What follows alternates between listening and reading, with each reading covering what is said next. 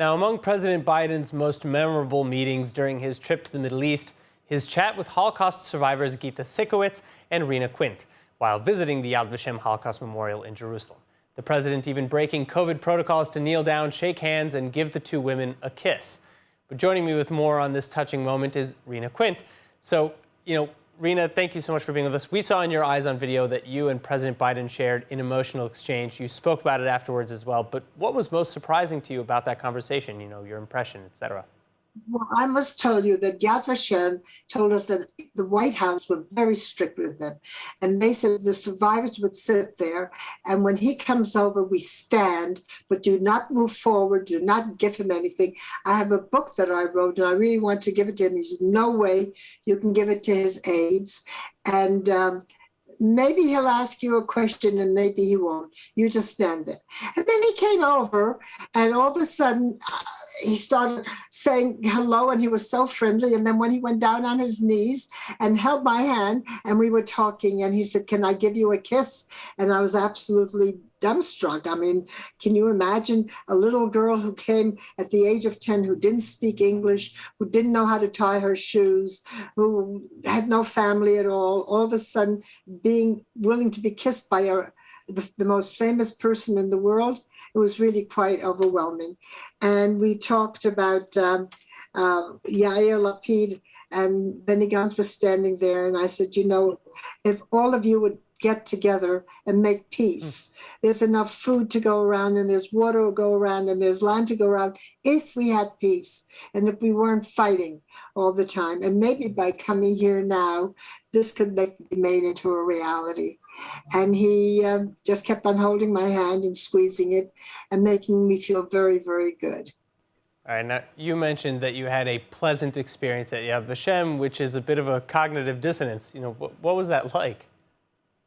I've been coming to Yad Vashem for many years.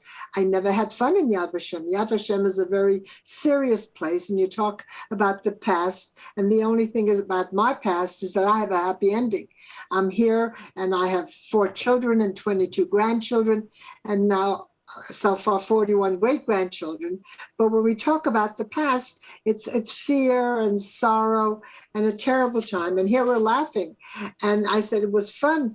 And Donnie Diane the 2 of us started laughing, as you can see. And then he gave me this big bear hug. And I really must tell you, these are very important people. And I'm very moved by all the attention that we got. And I think that people are ready to see that as bad as life was, in Israel, we can make a life. Many Holocaust survivors, unfortunately, are poor and are sick and are needy. Thank God I am not. So, maybe you can give us a little bit more about your history and, what's the most important thing for you to say about people who hear you? Okay, so the most important is never give up. Never give up. And we have to live as much as we can and love as much as we can and make sure that Israel is safe and free, and any Jew who needs to come here should have a place. If only we had Israel in 1938 instead of 48. If only the countries of the world had opened their doors, and if only we had friends. None of it was true. Now we have in Israel. We have an army, we have a government, and we have high tech, and we're known as a nation that's worthwhile having.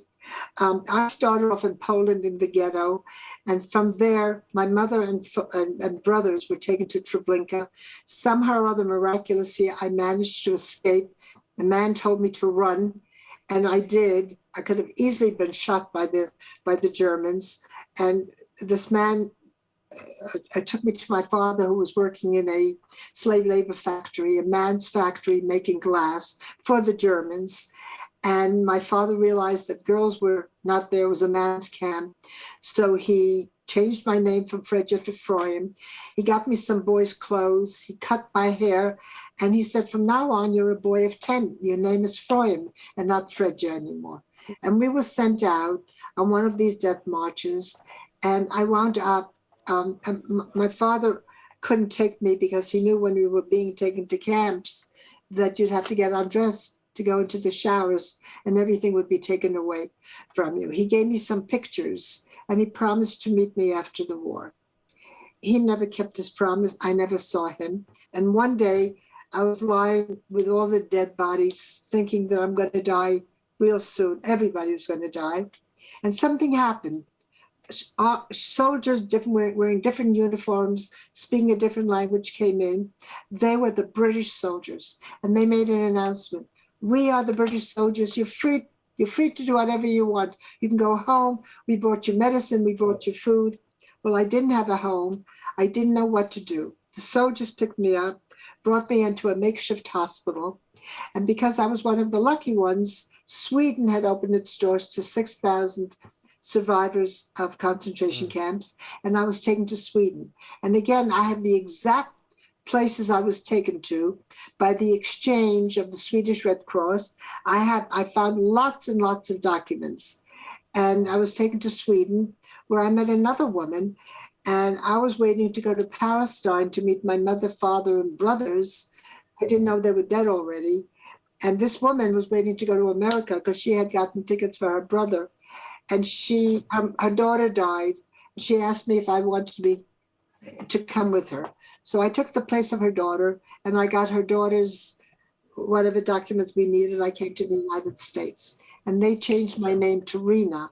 My name would start off as Fredja, Fredel, then it was Froyam, it was Fanny. That was Joy, and Joy is Rena. And they gave me I had a good education, I had music lessons, all the food I needed. And then I married this marvelous, marvelous man whom I was married to for 60 years. I'm very lucky that I have a family now, and we live in Israel, and we celebrate holidays and weekday. We celebrate a lot of life together. Rena, thank you for sharing your story with us. It has been such an honor to speak with you today. Thank you. Hi everyone, it's Emmanuel Kadosh. I wanted to invite you all to subscribe to ILTV Plus, where you can find our daily news and updates about Israel. And not only that, but live feeds, entertainment, our kosher food show, and so much more. Needless to say, your subscription to ILTV Plus helps us grow and create more content while also supporting the state of Israel. Our app is available on all platforms and devices, so I'll see you guys there.